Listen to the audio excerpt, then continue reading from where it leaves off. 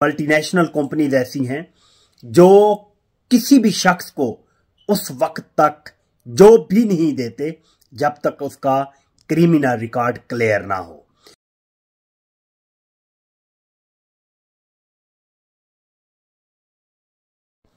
बिस्मिल्लाहिर्रहमानिर्रहीम।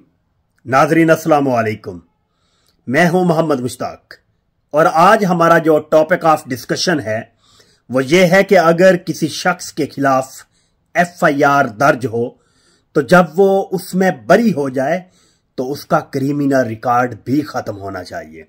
लेकिन unfortunately developing countries में जो अभी तरक्की पजीर हूं जैसा कि पाकिस्तान है, इन ममालिक में होता यह है कि जब किसी शख्स के खिलाफ FIR दर्ज होती है और उसमें जरूरी शवाहिद न मिलने पर, या FIR झूठी साबित हो जाने पर, या इल्जाम गलत साबित हो जाने पर, जब FIR खत्म कर दी जाती है और उसे बरी कर दिया जाता है तो उसके बावजूद भी उसका क्रिमिनल रिकॉर्ड मौजूद रहता है। लेकिन होना यह चाहिए कि उसका जो क्रिमिनल रिकॉर्ड है वो भी खत्म हो जाना चाहिए ताकि उसे आगे मुस्तकबिल में मसाइल का सामना ना करना पड़े। देखें, जब कोई इंसान अदालत से बरी कर दिया जाता है तो ये उसके बेगुनाही का ऐलान होता है बेसिकली। लेकिन जब वो क्रिमिनल रिकॉर्ड के अंदर मौजूद रहता है तो उसे मेजर 4 बड़े मसाइल का सामना करना पड़ सकता है। पहला इशू जो है वो है रोजगार के मसाइल। देखें, बहुत सारी बड़ी मल्टीनेशनल कंपनीज ऐसी हैं जो किसी भी शख्स को उस वक्त तक जॉब भी नहीं देते जब तक उसका क्रिमिनल रिकॉर्ड क्लियर ना हो। दूसरे नंबर पर वीजे की मुस्तरदगी।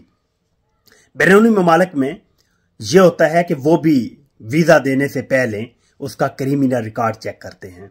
अगर क्रिमिनल रिकॉर्ड क्लियर ना हो तो उसको वीजा इशू नहीं किया जाता।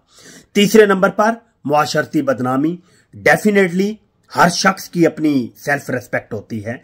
अगर उसके खिलाफ FIR हुई और उसका क्रिमिनल रिकॉर्ड भी है तो वो मुआशरती तौर पर भी बेइज्जत होकर रह जाता है। और चौथा और आखिरी इशू है नफ्सियाती असरात। तो डेफिनेटली जब किसी शख्स के ऊपर झूठी FIR हो और वो बरी भी कर दिया जाए लेकिन उसका क्रिमिनल रिकॉर्ड मौजूद रहे तो उसके नफ्सियाती असरात भी होते हैं।